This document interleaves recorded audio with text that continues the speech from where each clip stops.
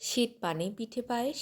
বাজারে এখন প্রচুর পরিমাণে খেজুরের গুড় উঠেছে, তো সেই গুড় দিয়ে আজ বানিয়ে ফেললাম নরম নরম ফুলকো ফুলকো পোয়া পিঠা বা তেলে ভাজা পিঠা।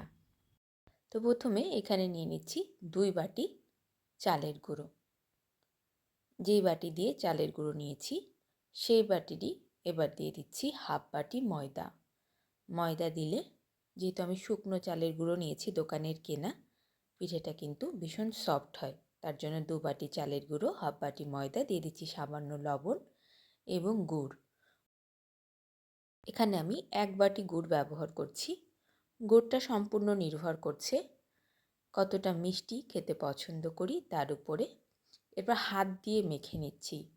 সমস্ত উপকরণগুলো ভালোভাবে এইভাবে হাত দিয়ে মেখে নিচ্ছি। এর মধ্যে দিয়ে দিচ্ছি দুধ।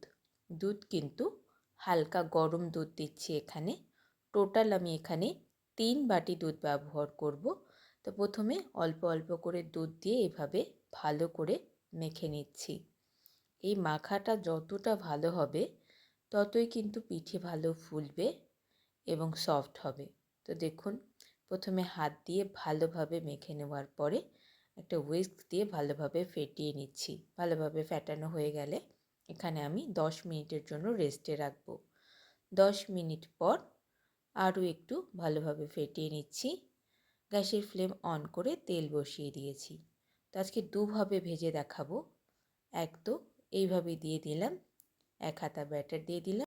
দেখুন, তেলে দেওয়ার সাথে সাথেই কিন্তু কীরকম বলের মতো ফুলে উঠেছে। তো ভালোভাবে এপিট ওপিট ভেজে এরকম একটা সুন্দর কালার আসলে উঠিয়ে নিচ্ছি।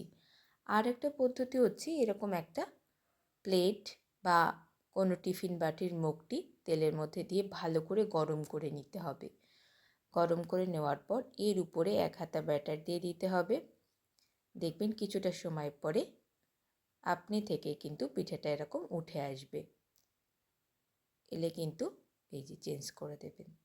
তো এইভাবে পাত্র বড় হলে একসাথে 3, 4, 5টা করেও ভেজে নেওয়া যাবে। তো কী সুন্দর বলের মতো ফুলছে তেলের ভিতরে, সেটা তো ভিডিওটি দেখেই আপনারা বুঝতে পাচ্ছেন। তো ভালোভাবে একটা সুন্দর কালার আসা পর্যন্ত ভেজে এটা তুলে নিচ্ছি। একইভাবে সমস্ত ব্যাটার দিয়ে কিন্তু পিঠেগুলোকে ভেজে নিয়েছি। প্রতিটা পিঠেই কিন্তু এরকম ফুলকো ফুলকো বলের মতো হবে, একদম সফট। দীর্ঘ সময় পর্যন্ত কিন্তু এরকম সফট থাকবে। তো অবশ্যই আপনারা একবার ট্রাই করতে পারেন এইভাবে। কে কে পোয়া পিঠে খেতে ভালোবাসেন? আমি তো ভীষণ ভালোবাসি এই পিঠে খেতে। অবশ্যই কমেন্টস বক্সে জানাবেন। তো এখন এই পর্যন্তই। ভিডিওটি ভালো লাগলে লাইক, কমেন্ট, শেয়ার, চ্যানেলটি সাবস্ক্রাইব করে নেওয়ার অনুরোধ রইল নিত্য নতুন রেসিপি পাওয়ার জন্য। অবশ্যই ফলো করতে থাকুন, বেল আইকনটা হিট করে রাখবেন। এখন এই পর্যন্তই। দেখা হচ্ছে খুব জলদি নতুন আরও একটি রেসিপিতে। অসংখ্য ধন্যবাদ।